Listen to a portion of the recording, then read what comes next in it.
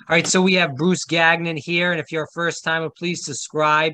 He's done amazing things in his life, and there's too much to even go into, so I'll let him say those things that he's done. But we're mainly going to be talking about nuclear issues, whether it's nuclear power, and we're also going to be talking about, obviously, with Russia and Ukraine, the US, Iran, India has big nuclear plants too. So we're going to talk about how all this is going to affect us, and also the doomsday clock. So a lot to talk about in a short amount of time. Bruce, I'm very thankful to have you on, and you know a lot about these issues, and we're happy to have you here.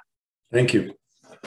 All right, so Bruce, tell the audience a little bit about you and how you got into this field in general of knowledge of nuclear issues. Well, I grew up in a military family. My dad was in the Air Force, and in 1971, during the Vietnam War, I joined the Air Force myself, and I was stationed at a base in California that was an airlift base for the war. GIs would come to the base and get on the planes and go to Vietnam. And when the planes returned, they would bring the body bags of the dead soldiers. So there were every weekend protests outside the gate of my base. And this process of being around all this, and at the same time, the discussion in the barracks and the chow hall, on the job, on our base, it changed my life. And that's where I became a peace activist. And so I've been working on particularly space issues since really 1982, trying to prevent the arms race from moving into space. At the same time, the nuclear industry views space as a new market.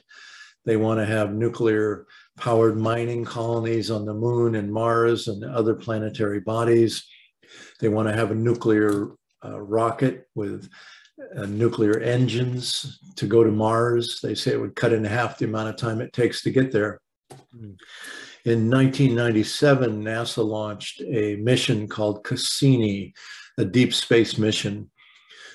Its electricity was powered with 72 pounds of plutonium-238, the most deadly substance. At that time, I was living in Orlando, Florida, and I organized protests against it, global protests, really. Anyway, we discovered that in the environmental impact statement, NASA acknowledged that if there was a launch explosion and a release of the plutonium, the winds would carry it for a 60-mile radius. So basically from the Space Center out to Disney World, south to Vero Beach, north to Daytona Beach, that whole area would be radioactive. And they would have to go in and remove all the people. They'd have to go in and remove all the buildings. They would have to go in and remove, if you can imagine, all the animals, the squirrels, the snakes, the alligators, the fish, the birds. Then they'd have to go in and remove the top half-inch of soil, because everything would be radioactive for thousands and thousands of years. Well, this is utterly impossible. The government wouldn't have enough money nor discipline to do all of that. And so a large part of Central Florida would become a nuclear wasteland. It would destroy the economy of Florida. So this idea of nuclear power in space is exceedingly insane.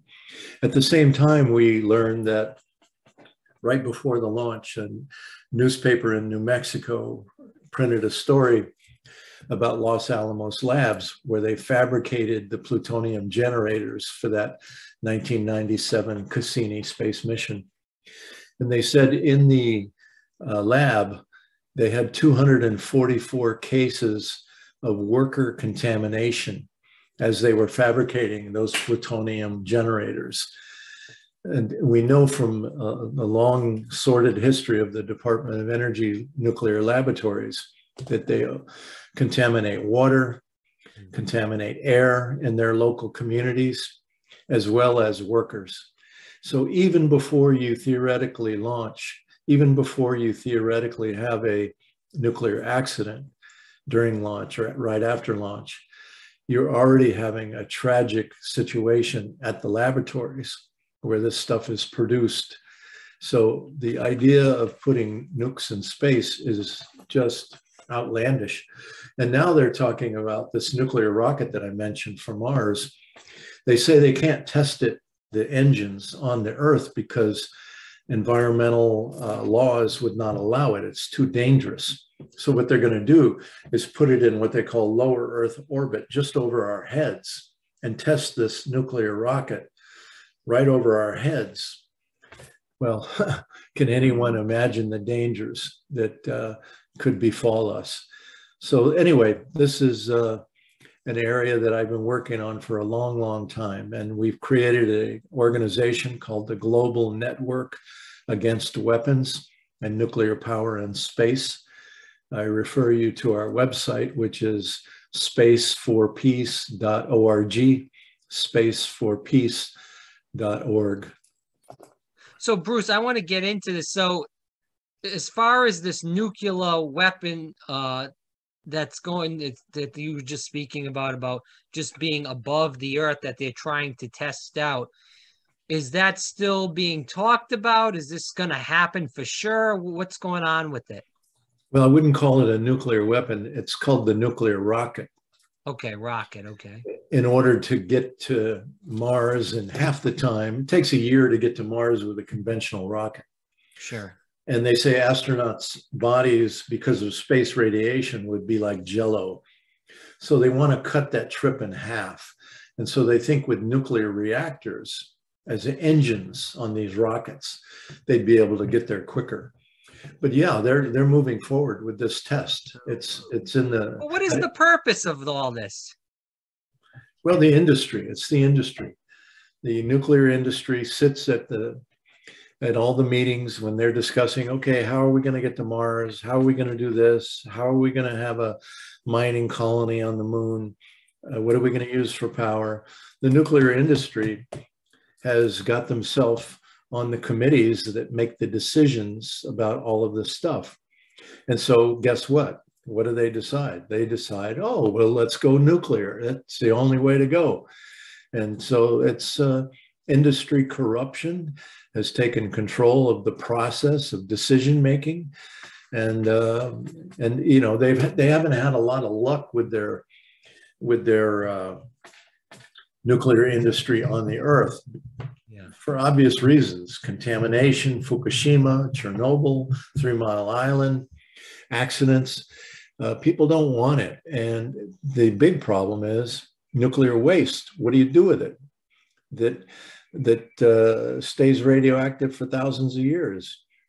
Right now, they don't have any place to put it in the country. And so it's stored locally. We just a few miles from north of where I live here in Maine, they have closed down nuclear power plant with the nuclear waste in barrels, steel barrels, that the barrels will rot away before this radioactivity goes away. You know, so it's problematic any way you look at nuclear power.